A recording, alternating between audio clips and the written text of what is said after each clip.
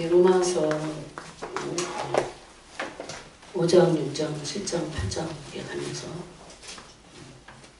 기독교의 핵심 진리, 그 교리를 총망라하는 것입니다. 그런데 특별히 로마서 6장은 주님의 부활의 신비가 여기 기록되어 있습니다. 비밀과 같이 단순히 어떤 교리서나 그것을 초월해서 어떤 사람들이 그리스도의 부활의 신비에 참여할 것인가를 말씀하고 있어요. 그래서 1절부터 우리가 11절까지 같이 읽도록 하겠습니다. 로마서 6장 1절부터 11절입니다. 그런즉 우리가 무슨 말을 하리요? 은혜를 더하게 하려고 죄에 거하겠느냐? 그럴 수 없느니라. 죄에 대하여 죽은 우리가 어찌 그 가운데 더 살리요? 우리는 그리스도 예수와 합하여 세례를 받은 우리는 그의 죽으심과 합하여 세례를 받은 줄을 알지 못하느냐? 그러므로 우리가 그의 죽으심과 합하여 세례를 받음으로 그와 함께 장사되었나니 이는 아버지의 영광으로 말미암아 그리스도를 죽은 자 가운데서 살리심과 같이 우리로 또한 새 생명 가운데서 행하게 하려 하리라. 만일 우리가 그의 죽으심과 같은 모양으로 연합한 자가 되었으면 또한 그와 부활과 같은 모양으로 연합한 자도 되리라. 우리가 알거니와 우리의 옛사람이 예수와 함께 십자가에 못 박힌 것은 주의 몸이 죽어 다시는 우리가 죄에게 종로로 타지 아니하려 하니 이는 죽은 자가 죄에서 벗어나 의롭다 하심을 얻었습니다. 만일 우리가 그리스도와 함께 죽었으며 또한 그와 함께 살 줄을 아노니 이는 그리스도께서 죽은 자 가운데서 살아나셨음에 다시 죽지 아니하시고 사망이 다시 그를 주장하지 못할 줄을 알미로라. 그가 죽으심은 죄에 대하여 단번에 죽으심이요 그가 살아나심은 하나님께 대하여 살아계심이니 이와 같이 너희도 너희 자신을 죄에 대하여 죽은 자요 그리스도 예수 안에서 하나님께 대하여 살아있는 자로 여길지어다. 아멘. 참 이 1절부터 11절 말씀이 너무나 중요한 비밀, 부활의 영광, 또 어떻게 해야 부활체로 변형될 수 있고 또 그것은 단순히 우리가 죽어서 죽음 이후에 맞는 그런 영적인 상태만을 말씀하고 있지 않다는 것을 말하고 있습니다. 그래서 죽음 이후만이 아니고 죽기 전에 육체로 있을 때 우리가 그리스도와 함께 세례 받은 것은 그리스도와 함께 죽고 장사되고 그것은 그리스도와 함께 부활할 것을 말씀하고 있기 때문에 그래서 6장 4절에는 우리가 살아서 그 부활의 그 다시 산 자가 죽었다가 산 자가 생명을 얻듯이 이것을 새 생명 이렇게 말합니다. 이것은 우리가 죽어서 얻을 생명도 포함되어 있지만 그 전에 육체로 있을 때 죽음 이후에가 아니라 육체로 있는데 그리스도와 함께 죽고 장사되고 그런 자들에게 그리스도 안에 있는 부활의 새 생명이 그들 안에 역사됐을 것을 말씀하고 있습니다. 사실 부활은 대단한 축복입니다. 예수 그리스도께서 죽으심으로 십자가의 승리로 주님은 새로운 창조를 이루셨습니다. 이것은 어떤 개념이 아닙니다. 부활은 구속사의 완성입니다. 주님이 창세기 1장 26절부터 28절에 우리가 우리의 형상대로 우리의 모양과 형상대로 사람을 만들자. 그래서 성부, 성자, 성령 세 분 하나님이 함께 사람을 창조하셨다고 말씀하고 있어요. 그럴 때 우리가 육안으로 보는 이 육체가 아니고 영체를 창조하신 겁니다. 그것을 우리가 육체로 타락했기 때문에 영체 이렇게 말하지만 원래 그것이 우리의 모습이었습니다. 아담 안에 하나님이 주셨던 모습입니다. 근데 그 하나님의 형상이 모양이 죄로 인해서 파괴됐다고 말할 수 있습니다.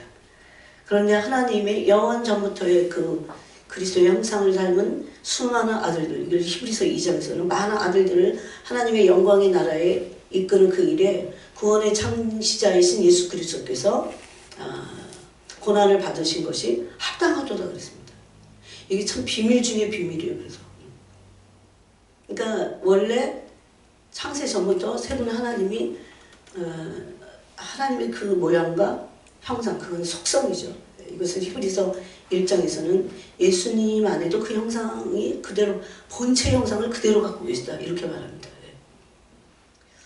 그래서 골로새서 2장에서는 하나님의 모든 충만, 신성의 충만이 예수님은 육체로 입고 계셨을 때 받은 이름이시잖아요. 그러니까 그리스도는 창세 전부터 계셨잖아요. 근데 그 그리스도가 이제 예수라는 육체를 입고 이름을 받고 오셨을 때도 육체로 계셨을 때 히브리서 골로새서는 이렇게 말합니다. 그가 육체로 계셨는데도 하나님의 모든 신성이 충만하심이 육체 안에 거하셨다 그렇게 말합니다. 이것은 우리에게 비밀이며 이것은 우리에게 어마어마한 소망을 주고 이것은 축복입니다.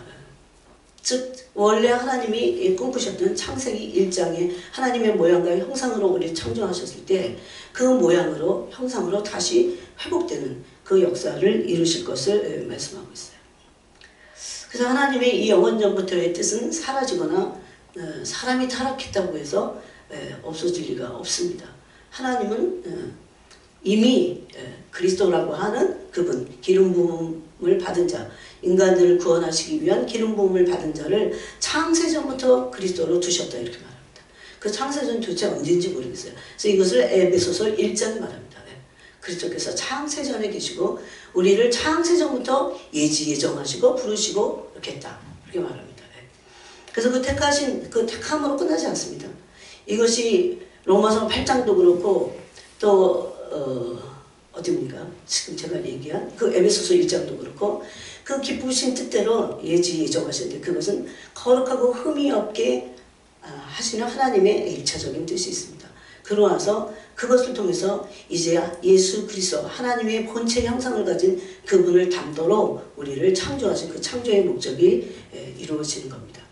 그러므로 그 창조의 목적이 있어서 마지막은 부활입니다. 부활할 때 우리는 첫 열매, 부활의 첫 열매인 예수 그리스도와 함께 우리도 부활할 때에 부활체 그리스도의 형상을 입게 될 겁니다. 오늘 그 부분을 이 부활절에 함께 나누길 원합니다. 그러므로 부활은 축복이고 부활은 그리스도의 새로운 창조를 이루시는 겁니다. 구속사의 완성입니다. 하나님이 창세기 1장 31절에서 다 만드시고 나서 하나님이 보시기에 심히 좋았더라. 그냥 눈에 보이는 거를 말씀하신 것이 아닙니다. 하나님이 하나님의 형상과 모양을 가진 인간을 창조하셨을 때 하나님이 보시기에 심히 좋았습니다. 근데 아담이 하와를 통해서 타락할 때에 그것이 깨어졌습니다. 하지만 하나님의 그 영원전부터 여러분 꿈이 뭔지 아세요? 하나님의 형상으로 우리가 회복되는 거예요. 원래 그렇게 창조하셨기 때문에. 이것을 모르면 복음을 모르는 겁니다. 이것을 모르면 믿음도 헛된 겁니다. 고린도전서 15장에서 그래서 바울이 우리는 가장 불쌍한 자고 우리의 믿음도 헛되다 그렇게 말합니다. 그런데 부활의 참 의미는 뭘까요? 누가 부활할까요? 도대체 왜 우리는 부활할 수 있을까요? 부활의 진짜 정체는 뭘까요? 부활의 정체. 예수님 어떻게 해서 부활하실 수 있었을까요? 이런 것들을 어떤 교리적으로 어떤 현상적으로 그냥 죽었다가 살아나는 거다. 여러분 죽었다가 살아나는 것만이 부활은 아닙니다. 죽었다가 살아나고 영원히 죽지 않는 겁니다. 그게 부활입니다. 그런 첫 열매를 부활의 첫 열매로 부활하신 분이 예수님이십니다. 그래서 오늘 이제 우리가 이 로마서 6장을 통해서 나누겠는데 그러므로 구속사의 완성은 하나님이 보시기에 좋은 누가 부활할까요? 그러면 하나님이 보시기에 좋은 하나님의 형상과 그리스도의 모습으로 회복되는 겁니다. 원래 창조의 회복이에요. 제가 이것을 깨달았을 때 정말 놀랐어요. 뭐가 뻥 뚫리는 것 같았어요. 항상 막혀있던 뭐가 하나가 막히면 왜 계속 막히잖아요. 하나님의 형상이 도대체 뭐길래 하나님의 모양과 형상이 뭐길래 그런 모양과 형상으로 아담을 창조하셨는데 타락했잖아요. 그래서 그 죄성은요 마귀의 성품이에요. 마귀의 성품. 뭐 그냥 인간이 좀 죄를 짓고 우리가 생각하는 그런 혼적인 죄성이 아니에요. 악마적인 성품이야. 마귀적인 성품이 우리 안에 있는 겁니다. 그런 죄성들이 이제 하나님이 원래 창조하셨던 그 창조의 형상으로 온전하게 되는 겁니다. 아담이 타락하지 않았다면 그 하나님의 형상을 그 안에 담고 있었을 겁니다. 그걸 생각하면요, 그 길을 알고 그것이 구원의 완성입니다. 그래서 로마서 8장은 미리 아신 자들을 정하시고 택하시고, 그죠? 그 다음에 그 부르신 자들을 의롭다 하시고, 칭의입니다. 의롭다 하신 자들을 영화롭게 하셨는데, 그 영화롭게 한다는 것이 아들의 형상입니다. 아들의 형상 안에는 누구의 형상이 있습니까? 하나님 아버지의 형상이 있습니다. 그래서 도마를 보고 아버지를 보았거늘, 나를 본 자는 아버지를 보았거늘 어찌하여 아버지를 보여달라고 하느냐, 도마야. 이렇게 말씀합니다. 유대인들이 심지어 제자들조차도 3년 이상을 따라다녔지만 그 아들의 형상 안에 아버지의 형상이 있음을 알지 못했습니다. 너무나 유대교가 종교로 부패했고 타락했기 때문입니다.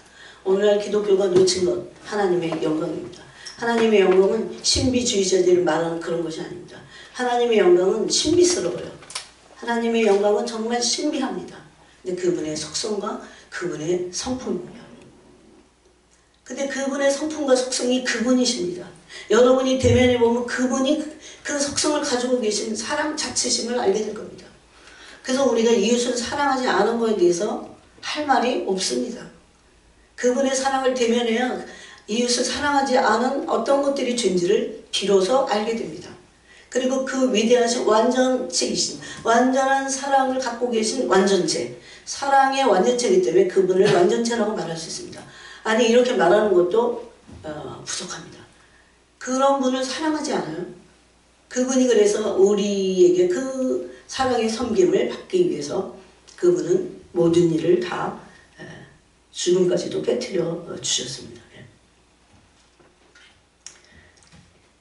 그래서 이제 부활의 축복과 영광은 우리가 곧 얻게 될 하나님이 심히 보시기 좋은 형상으로 우리가 다시 회복이 되는 겁니다. 여러분, 그런 것들을 자꾸 묵상해야 교리적으로 빠지잖아요. 교리적으로 빠지면 이제 율법화돼갖고 내가 이런 죄를 이기고 그렇게 이 세상에 나를 이기고 죄를 이기고 나한테 종로를 타고 그 죄의 종로를 타고 있고 자아에 얼마나 사람들이 매여 있는데 얼마나 종로를 타고 있는데, 그래서 종로를 타는 자의 그 종이 되는 겁니다.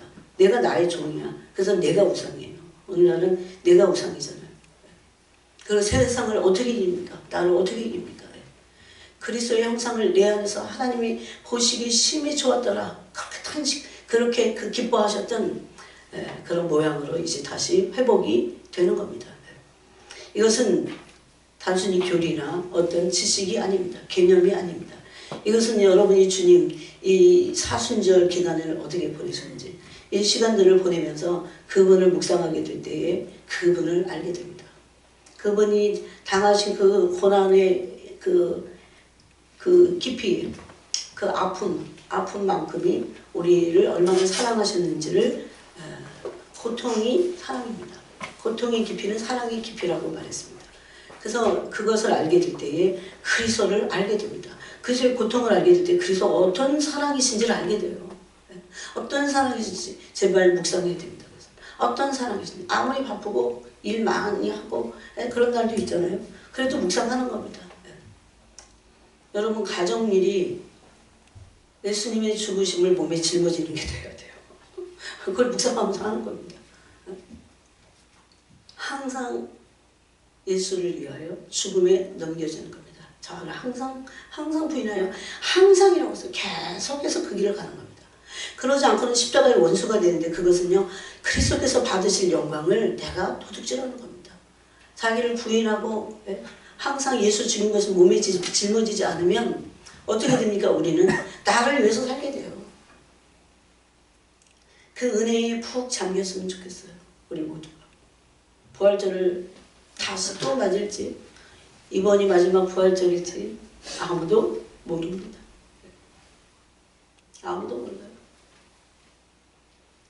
이제 올 9월에, 아니 11월에 추수감사절을 지낼 수 있을지, 주님을 하루하루를 최선을 다해서 주님께 나머지 맡기는 거예요.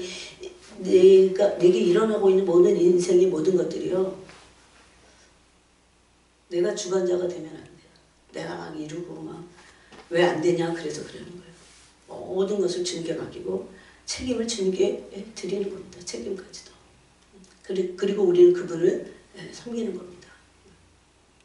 만약에 우리가 주님께 모든 것을 맡겨드리지 않는다면 우리는 우리의 삶의 주인이 돼서 그것들이 우리가 원하는데, 그게 영적인 것조차도 그럽니다. 우리가 생각하는 그것이 되지 않을 때 우리는 미궁에 빠져요. 하나님을 깊이 원망하진 않더라도 우리 신앙이 갈 바를 알지 못하게 됩니다.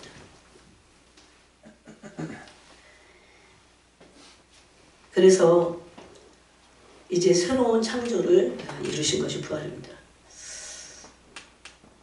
그리고 이제 여름을 지나면서 가을절기로 다시 들어가면서 과연 우리가 그리스도를 어떻게 기다려야 될지 각자가 성령께 이것을 물어야 됩니다. 그리고 주님과 깊은 교제를 해야 됩니다. 그러므로 부활절은 사망의 권세가 깨트려진 날입니다. 사망의 권세가 이미 우리에게서 깨트려졌어요. 사망의 권세가 깨트려졌다는 것은 우리에게, 믿는 자들에게는 어떤 저주도 없다는 겁니다. 이건 100% 믿어야 돼요. 만약에 여기서 90%만 믿어도 10%를 가지고 마귀는 뻥을 튀겨갖고 우리를 꿰고 속이는 자입니다. 우리에게 일어나고 있는 그런 나머지 모든 일들은 뭡니까? 수많은 고난들이 앞으로도 계속될 겁니다. 고통의 때가 오겠다고 했잖아요. 인간들의 죄로 인해서입니다. 그런데 그 모든 고난들은 우리를 그리스도의 형상으로, 하나님이 보시기에 심히 좋았던 그 그리스도의 형상으로 우리를 빚으시기 위한 그 고난의 연단의 그런 과정이고, 그런 고난의 연단의 과정을 잘 갔을 때 그것이 우리에게 상이 됩니다. 우리는 상 받을 것은 아니에요. 사실 어떻게 보면. 그래서 상이라니요 주님. 당연히 마땅히 깨져야 될 거고. 그런데 그래서 상도 주시잖아요. 그래서 그리스도와 같은 그 고난을 받을 마음으로, 어디 우리가 겟세마네에서의 그 고통의 밤에 대해서 어제 그저께 나눴습니다. 그 고통의 밤. 이미 그 밤에 그 기도에서 이겨야 돼요. 여러분 거기서 지는데 어떻게 나가서 그 수많은 고난들을 이길 수 있냐고요. 이건 사람이 홀로 싸워서 이기는 게 아니거든요. 순종이 이기게 한다고 그랬잖아요. 그죠? 순종. 순종하지 않는데 나가서 이길 수 없어요. 순종을 결심해야 됩니다. 그분을 사랑하기로. 그래서 시간이 걸려야 그런 주님 앞에 머무는 시간이. 그래서 이 고난의 연단을 통해서 우리를 다듬어 가시는 거지. 그래서 이것을 고난의 신비 이렇게 부릅니다. 왜 그럴까요? 그리스도의 형상이 그 고난의 연단을 통해서 우리에게 완성되기 때문에. 얼마나 완성되는지 사람마다 틀린 겁니다. 그러므로 우리는 사망의 권세가 깨트려짐으로 저주 아래 있지 않습니다. 단 5%의 저주도 없습니다. 여러분. 그것을 믿으셔야 됩니다. 그렇지 않다면 인과응보라고 하는 어떤 이런 율법 아래 있는 자들은 율법을 범법자가 돼요. 그 갈라디아서가 말씀하세요. 율법 아래 있으면 빨리 벗어나야 돼요. 율법 아래 있으면 율법 아래 있는 자들이 모든 온갖 율법이 요구하는 것을 다 지켜 행해야 돼요. 그러나 행위를 하지 말라 그런 얘기가 아닙니다. 그런데 그렇게 지켜 행하다가 하나라도 어기면 율법 전체를 범한 범법자가 됩니다. 이것을 율법의 범법자가 됩니다. 범법자가 되면 뭐가 됩니까? 율법 아래에 저주 아래 들어가게 됩니다. 범법자가 가질 죄의 삭은 사망이죠. 그래서 이것을 율법의 저주 아래 있는 자들을 예수 그리스도께서 오셔서 대속의 제물 되셔서 속량하셨다 이렇게 말합니다. 뭐 때문에 율법의 저주 아래 있게 됐습니까? 율법을 범하니까 죄인이 돼서. 근데 바로 바로 이 율법 아래에 있는 저주를 예수 그리스도께서 십자가에서 다 치르셨습니다. 그러므로 죽음의 세력을 꺾으시고 부활하실 수 있었던 겁니다. 그냥 부활이 아니에요. 우리도 마찬가지입니다. 그냥 부활은 있을 수가 없습니다. 예수님이 그 죄에 대한 싹스를 치르셨기 때문에, 그리고 그래서 싹스를 치르셨기 때문에 부활하실 수 있었던 겁니다. 부활이란 뭡니까? 사망의 권세가, 다른 말로 하면 사망의 권세가 깨트려진 거죠. 꺾어진 거죠. 그러므로 사망의 저주 아래 있지 않다는 겁니다. 어떤 저주도 우리를 넘볼 수 없습니다. 근데 마귀는 이런 건 있어요. 그 사람이 잘 몰라. 한 50% 아니면 50% 몰라. 완전히 모른다고 말할 수는 없어요. 근데 이 복음에서 듣는다고는 아닙니다. 잘 알아야 돼요. 그래서 완전히 속량됐다고 하는 그 죄로부터의 속량에, 이 죄사함의 은총이잖아요. 거기에 완전히 승리를 이룬 그런 고지까지 우리가 올라가야 됩니다. 그럴 때 우리가 진정으로 깨닫는 게 있어요. 난 저주 아래 있잖아. 그래서 사실은 은총이 그렇게 감사한 겁니다. 감사하고 또 감사하고 이거 이 찬송도 감사해서 울컥, 저 찬송도 감사해서 울컥, 그런 겁니다. 제가 이것을 어렸을 때 잘 몰랐을 때는 고난이 저주같이 여겨졌어요. 왜 이런 나는, 난 도대체 뭔 잘못을 이렇게 많이 해갖고 저주 같았어요. 저주 이렇게 말 못해도 도대체 이건 뭐야. 그런데 그렇지 않다는 겁니다. 이것은 영적인 법칙이에요. 예수 그리스도께서 죄 아래에 있는 율법의 저주와 있는 자들을 대신 죽으시고 그 죄값을 치르셔서, 죄값을 치rum으로 말미암아 사망의 권세를 깨트리고 부활하실 수 있었던 겁니다. 이거 다 그래서 부활의 전제는 십자가입니다. 부활 따로 십자가 따로 그럴 수 없다는 겁니다.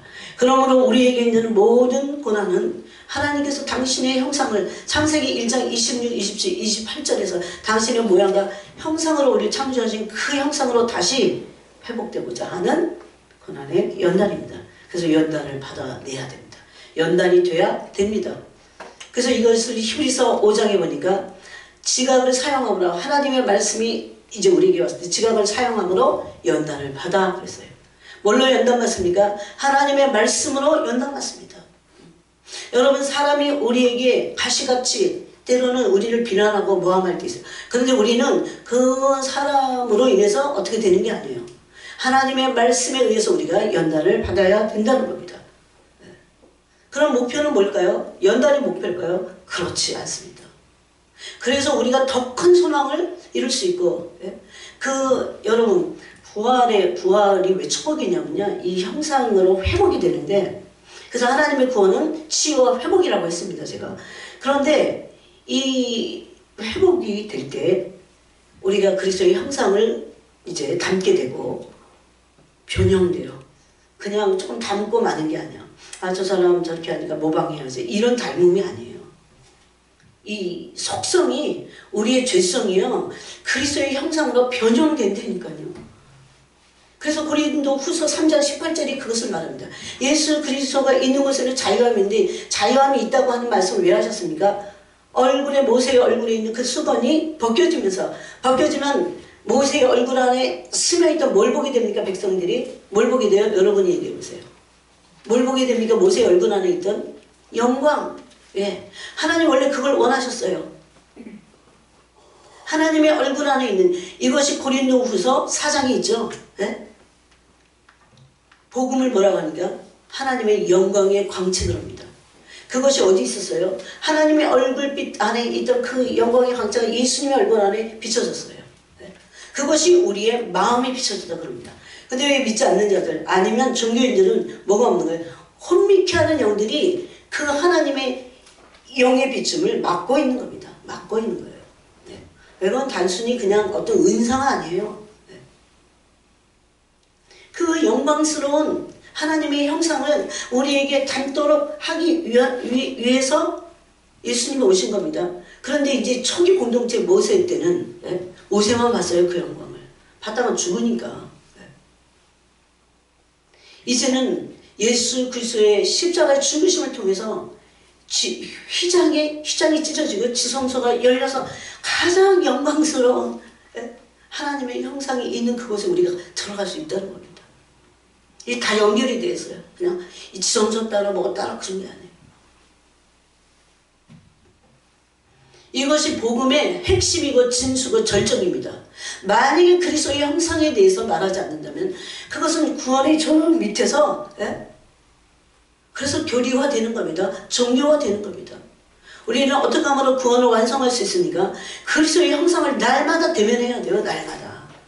무슨 심리 체험하고 마냥 환상만 보고 그런 얘기 아니에요. 심령에 그리스도의 형상이 새겨졌는데 항상 그 형상이 발동되는 겁니다. 이렇게 말할 때 그리스도 형상이 제 안에서 지금 발동되고 있는 거예요.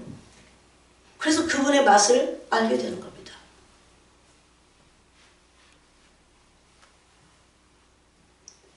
그래서 그 그리스도의 형상을 이루게 하시기 위해서 그리스도의 형상을 우리 안에서 이룬다고 하는 것은 그리스도와의 연합입니다. 그리스도의 연합. 이것은 신비 중의 신비고 축복 중의 축복입니다. 그래서 고린도후서 3장 18절에 뭐라고 했습니까? 우리가 수건을 벗은 얼굴로 율법적이어서도 안 돼요. 수건을 벗은 얼굴로. 이제 영의 세계에 들어가면요, 그런 종교적인 그런 거 가지고요, 여러분 그리스도의 신부가 될 수 없습니다. 얼마나 크게 후회하시겠어요. 그 영광을 보매겠어요. 실제적으로 경험하는 겁니다. 그분의 영광. 그게 계시의 영이 아닌가 싶어요. 그 계시의 영, 지혜와 계시의 영을 주사 하나님을 알게 하시고. 여러분 계시로 본다는 생각을 하잖아요. 근데 거기는 뭐라고 합니까? 왜 하나님을 알게 하시고 그런 줄 아세요? 심령에 새기시기 때문에.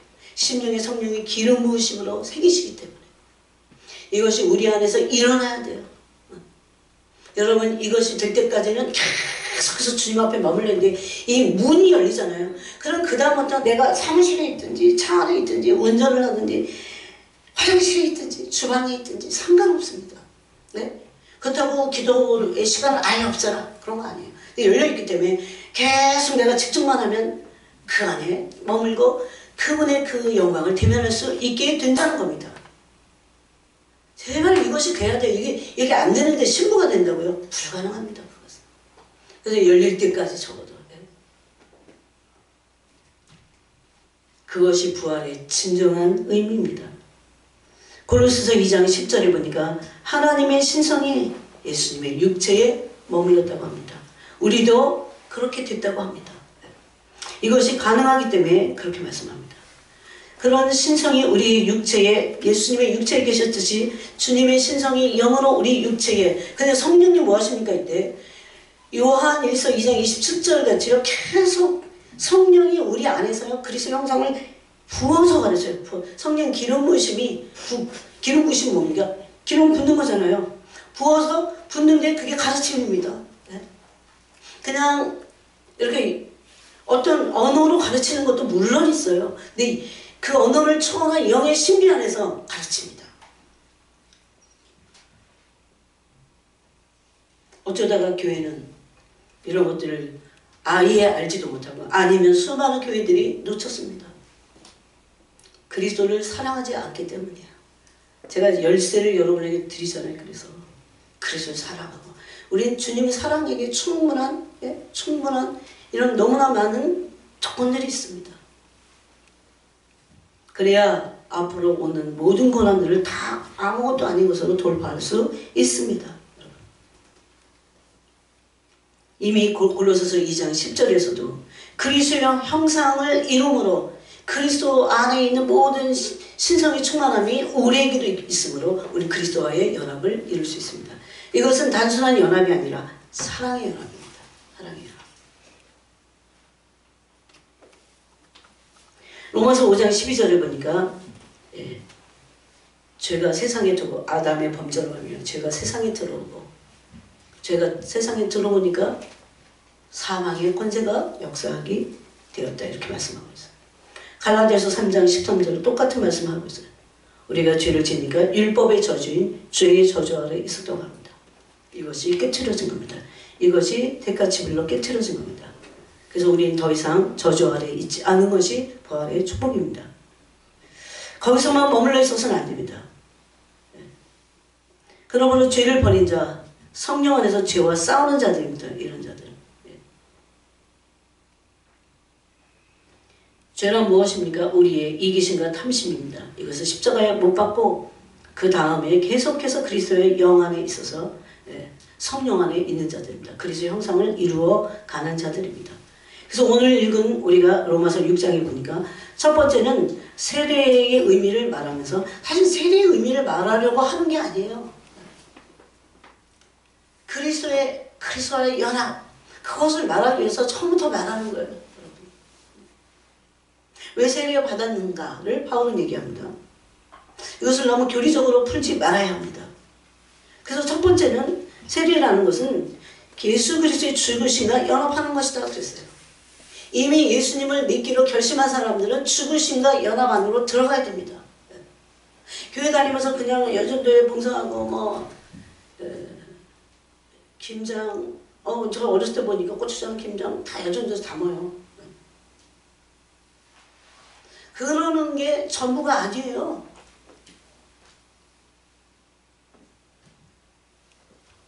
그리고 뭐 봉사하고 성화대하고 성화대하면서 뭐 자기를 뽐내는지 알게 보여. 그러는 게 아니에요. 이 신비를 모르면요 그렇게 돼요. 진짜 그렇게 돼요. 여러분 그걸 이길 나 자신의 영광을 땅에 떨어뜨릴 용기가 없어요. 나 자신을 소아 테레사 같이 밟힐 용기가 없어요.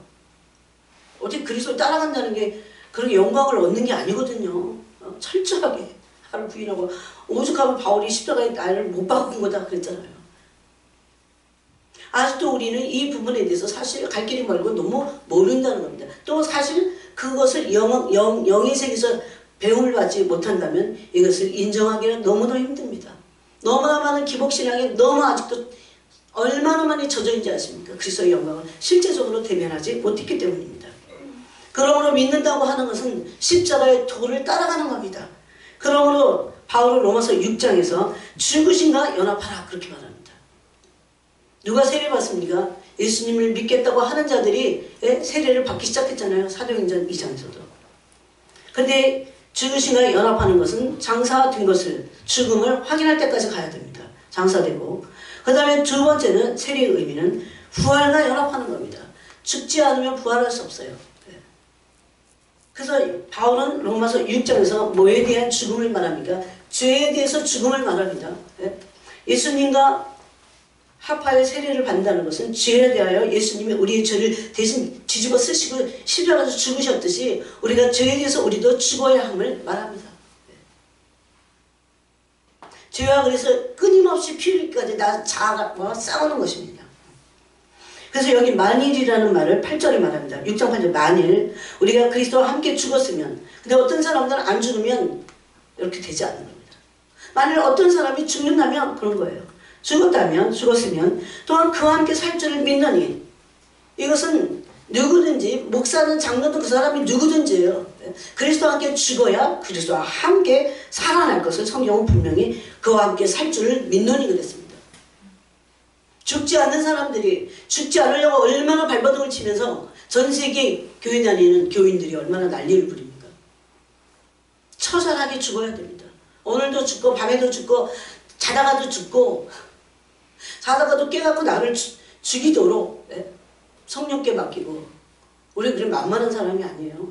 진짜 우리가 폭로될 어떤 문제들이 오면요 거의 다 폭로가 됩니다. 우리가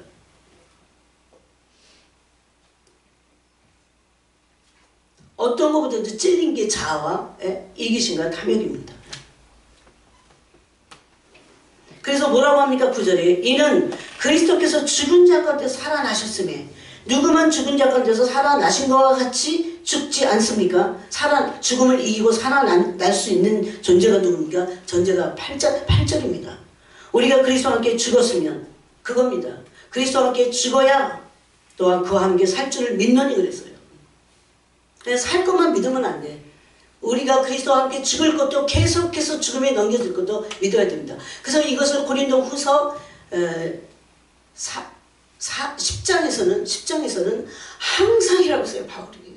그 항상이라는 말을 잊지 마셔야 돼요. 교회 안에서도 항상 예수의 죽음을 몸에 짊어져야 돼요. 항상 예수를 위하여 나를 넘겨야 돼요. 죽음에 넘기라고 써요. 얼마나 구체적입니까? 자아를 항상 죽음에 넘겨줘야 됩니다. 아직도 자아가 너무 팔팔하다면 진짜 회개해야 됩니다. 그런 자들이 그리스도와 함께 죽은 자 가운데서 살아나게 될 것입니다. 예수님이 어떤 분이십니까? 죽은 자 가운데서 살아나셔서 또 죽었습니까? 그래서 이렇게 말하면 다시 죽지 아니하시고 사망이 다시 그를 주장하지 못할 줄을 알미로다. 어떻게 해서 예수님은 사망이 그를 주장할 수 없었고 심지어 죽었는데 살아나실 수 있었을까요? 여러분, 예수님을 요한복음에서 나는 길이요 진리요 생명이다 그랬을 때 거기서 우리는 답을 찾아낼 수 있습니다. 또 고린도후서 3장 18절에 보면 우리가 그의 형상을 보매 그의 영광을 보며 그의 형상으로 변화하여 영광에서 영광으로 이른다. 이는 주의 영으로 말미암는다 그랬어요. 그것이 우리가 이제 이를 하나님의 창세전부터 그렇게 이루시기를 간절히 원하셨던 우리 안에서의 하나님의 형상입니다. 부활은 그리스도의 형상을 가진 자들이, 그 변형을 일으킨 자들이, 이것은 조금 착한 일을 해야지 이런 얘기 아니에요. 영의 세계의 얘기입니다. 그래서 뭐라고 합니까? 빛의 자녀가 되어야 돼요. 빛의 열매는 모든 착함과 진실함과 의로움과 진실함이 있다고 그러잖아요. 그런 열매를 맺게 돼야 된다는 겁니다. 여러분, 사람은요, 어떤 사람들은 착한데 진실하지 않고 또 의롭지 않을 수 있어요. 이 의의 기준은 하나님이십니다. 하나님. 근데 이것은 어려울 수 있어요. 그런데 어떻게 해서 하나도 안 어려울까요? 하나님의 의를 경험해야 돼요. 성령이 기름을 부어서 하나님의 의가 무엇인지, 이거는요, 근데 경험을 해보니까 참 설명하기가 어려운 부분이 있어요. 왜냐하면 그분의 존재이기 때문에. 존재를 설명하기는 조금 어려워요. 이게 교리 같으면 조금 그냥 탁 원리를 탁탁탁 얘기하고 끝나는데 그렇지 않다는 겁니다.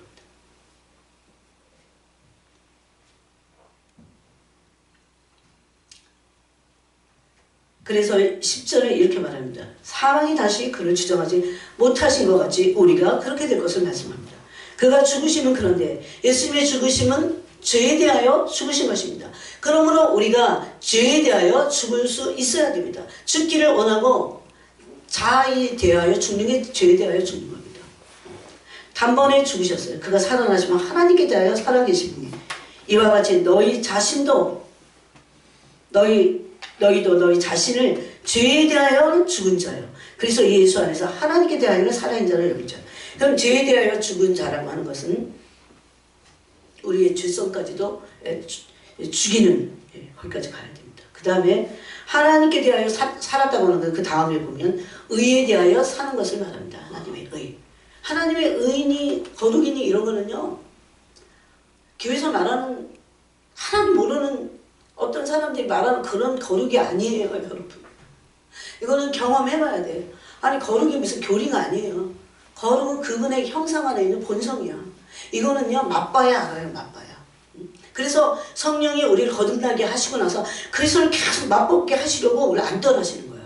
근데 사람들이 성령께 집중하지 않아요. 그리스도를 좀 보여주고 싶은데 집중하지 않아요. 우리는 성령 시대에 사는 우리는 굉장히 책임이 있습니다. 그러면 그리스도를 정말 영으로 알아가야 됩니다.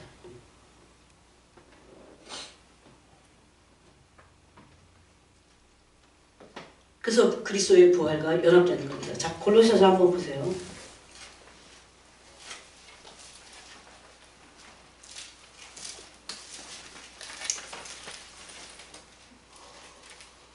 골로새서 2장 보니까 제가 지금 얘기한 말씀이 그대로 있습니다. 9절에 그 안에는 신성의 모든 충만이 육체로 거하시고 너희도 그 안에 충만하여졌으니 이것이 바로 그리스도의 형상을 우리 안에서 이루게 되는 겁니다. 이것이 창세기 1장 원래 하나님이 창세 전부터 하나님이 꿈꾸셨던 그분의 꿈이에요. 꿈. 이거는 아무리 마귀가 우리 속이고 아무리 바람을 해도 하나님의 이 영원전부터 이 꿈을 누구도 방해할 수 없습니다.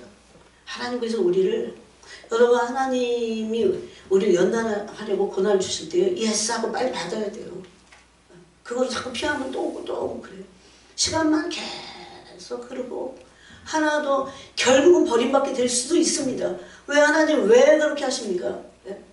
우리 안에서 그리스도의 형상을 이루게 하시는 겁니다. 그것이 구원의 진정한 목표예요. 영원전부터 하늘 아버지의 꿈이야. 성화로 목사님이 찬양했지만 그분의 꿈이 하나님의 꿈이에요.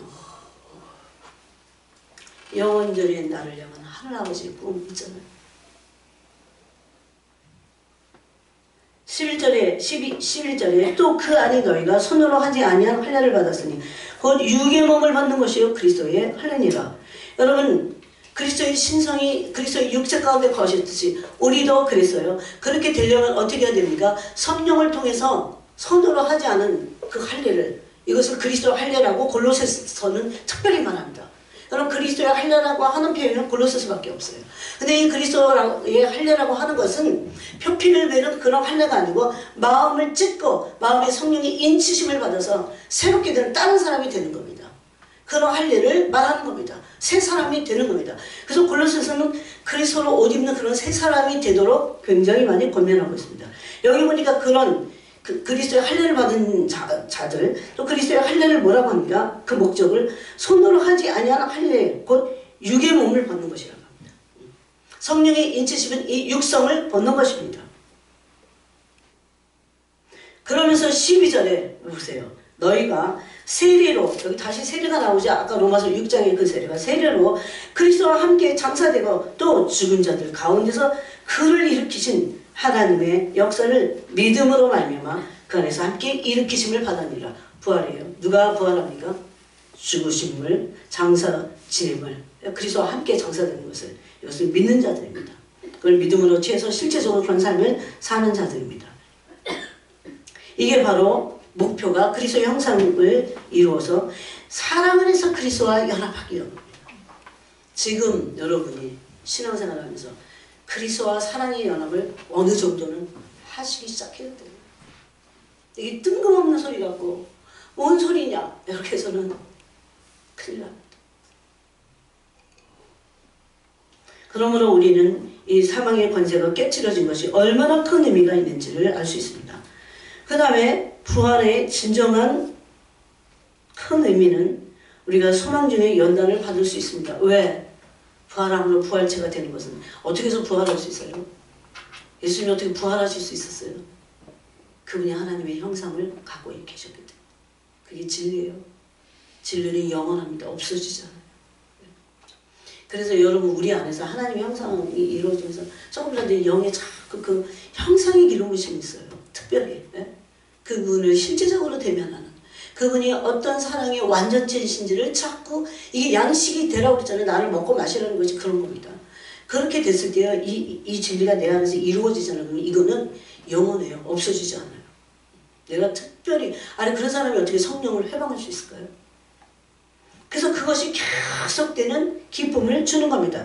그리고 연단을 받는다 해도 거기 소망이 있어요. 엄청난 소망이 있어요. 왜? 완전한 부활체가 돼서 아들이 아버지의 나라를 상속받은 그 기쁨이 있기 때문입니다. 이들은 율법 아래 있지 않습니다. 여러분 제가 이렇게 보면요, 율법 아래 있는 사람들이 아직도 율법에서 못 빠져나오고 왔다 해 갔다 해 그럽니다.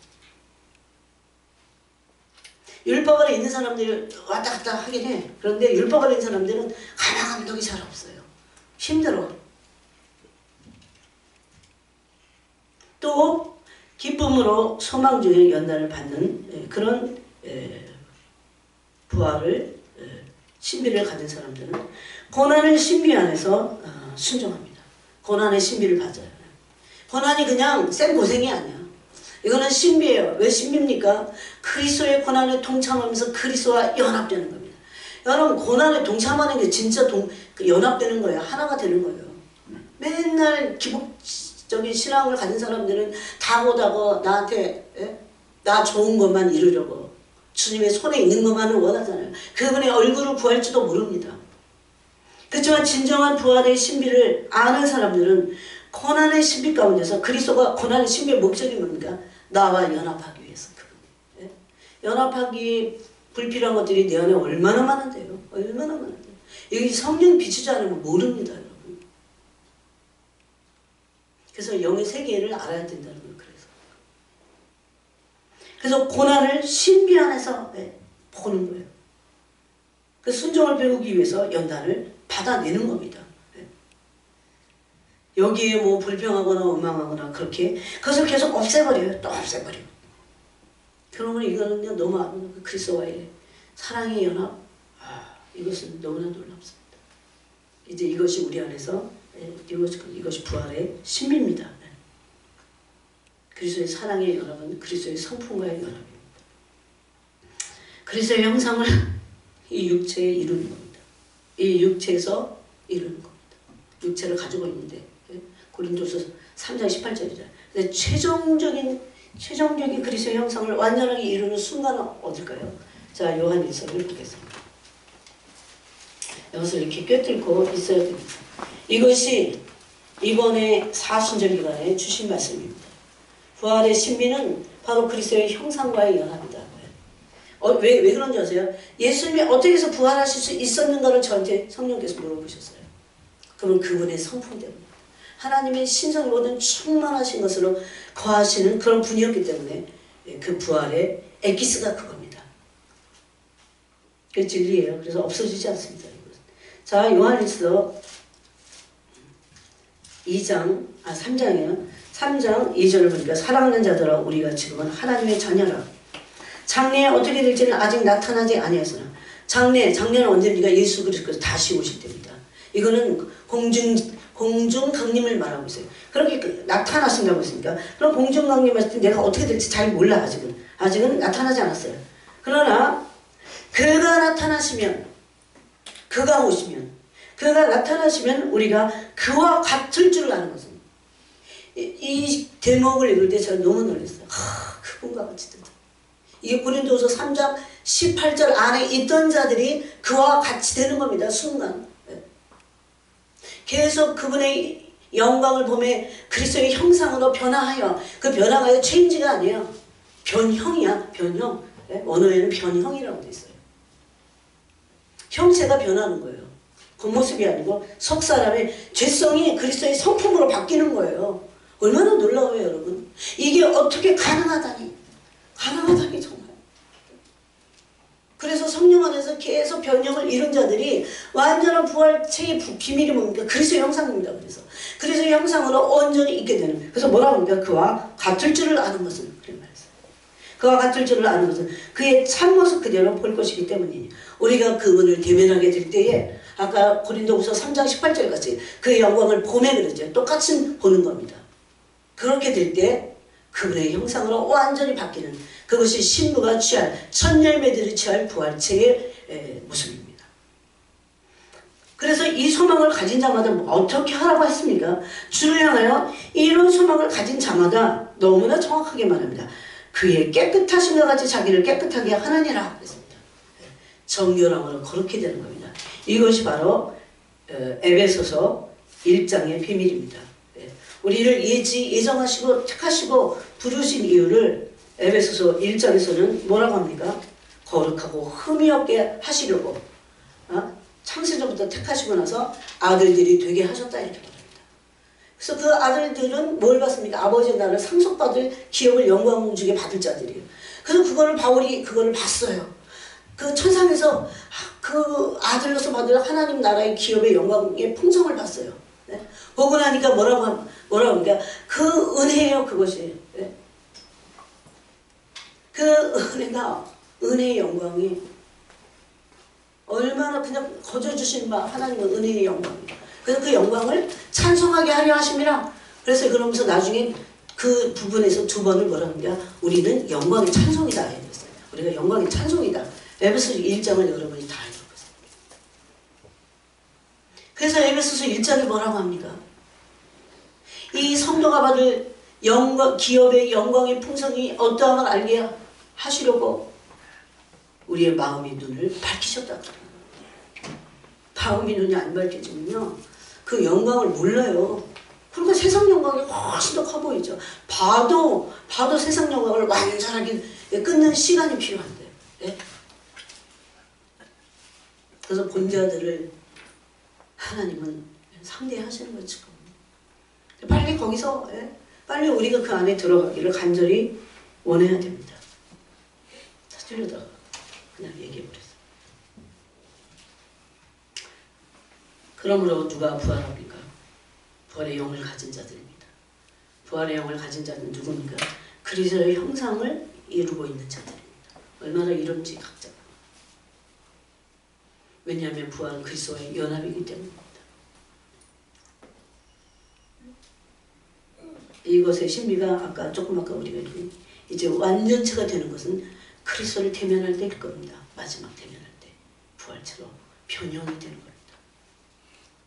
이게 막 너무 먼 나라 얘기 같으면 안 돼요. 이제 곧 일어날 부활의 신비, 부활의 신비는 그리스도의 형상을 우리가 마치 옷과 같이 입는 겁니다.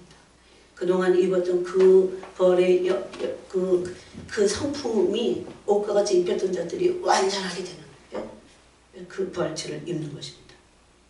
그래서 지옥에서는요 2가지 부활이 있긴 있어요. 생명의 부활이 있고 악인의 부활이 있잖아요. 악인들도 부활한다고 했지만 영원한 불못에서 그리고 의인들의 부활, 그리스도를 믿었던 그들의 부활은 영원한데 그분의 형상 안에 있게 될 겁니다. 그래서 아까 같이 나눈 대로 자 계시록을 보고 마치겠습니다. 계시록 21장 보겠습니다. 21장 5절을 읽어보겠습니다. 새하늘과 새 땅이 21장입니다. 5절 읽겠습니다. 다 같이. 그래서 눈물을 닦아주시건지 나오잖아요. 5절만 읽겠습니다. 시작. 보좌에 앉으신 이가 이르시되 보라 내가 만물을 새롭게 하노라 하시고 또 이르시되 이 말은 신실하고 참되니 기록하라 하시고 아멘. 이제 그 부활체들이 그의 죽으심을 본받아 이제 새로운 창조로 재창조의 것은 그리스도 형상으로 이제 회복되는. 그래서 구원이 그냥 지옥 안 가는 게 구원이 아니라니까요. 그렇게 알았다간 부패하고 영혼이 부패하게 돼 있어요. 겨우 가까스로 구원 얻고 나서 얼마나 놀랄 겁니까? 뭐가 구원입니까? 치유와 회복입니다. 회복은 뭡니까? 정체가 그리스도의 형상을 회복해요. 원래 하나님이 꿈꾸셨던 하나님의 형상이 얼마나 위대한 것인지 그것을 우리를 왜 아들이 아버지를 닮는 건 그 원리입니다. 그래서 원래 보시기에 심히 좋았더라. 그랬던 그 모습으로 그래서 형상으로 창조되어 새로운 창조를 이루시는 겁니다. 새로운 창조. 그랬죠. 보라 내가 만물을 새롭게 하노라. 새 창조. 그러므로 원래 하나님이 구속사에서 보시기에 심히 좋아하신 그 모습대로 우리가 이제 회복이 계속되거든요. 그 회복은 그리스도의 형상의 의로의 변형입니다. 변형. 옛 피조물들을 그리스도의 형상으로 아버지 형상으로 회복시키실 것입니다. 이것이 이제 성취되는 그때 있어요. 그래서 계시록 22장 3절을 보니까 내가 들으니 보좌에서 큰 음성이 나서 이르되 보라 하나님의 정망이 사람들과 함께 있으며 하나님이 그들과 함께 계시리니 그들은 하나님의 백성이 되고 하나님은 친히 그들과 함께 계셔서 모든 눈물을 그들 눈에서 닦아주시니 다시는 사망이 없고 애통하는 것이나 곡하는 것이나 아픈 것이 다시 있지 아니하리니 처음 것들이 다 지나갔음이로라. 이 말씀이 완성되는 겁니다. 이게 구속사의 완성이에요. 이게 부활의 비밀이고 신비입니다. 기도하겠습니다. 하나님 아버지 이제 이 부활의 신비를 올해도 또 가르쳐 주셨사오니 누가 부활할지 사람들은 죽으면 부활을 말하지만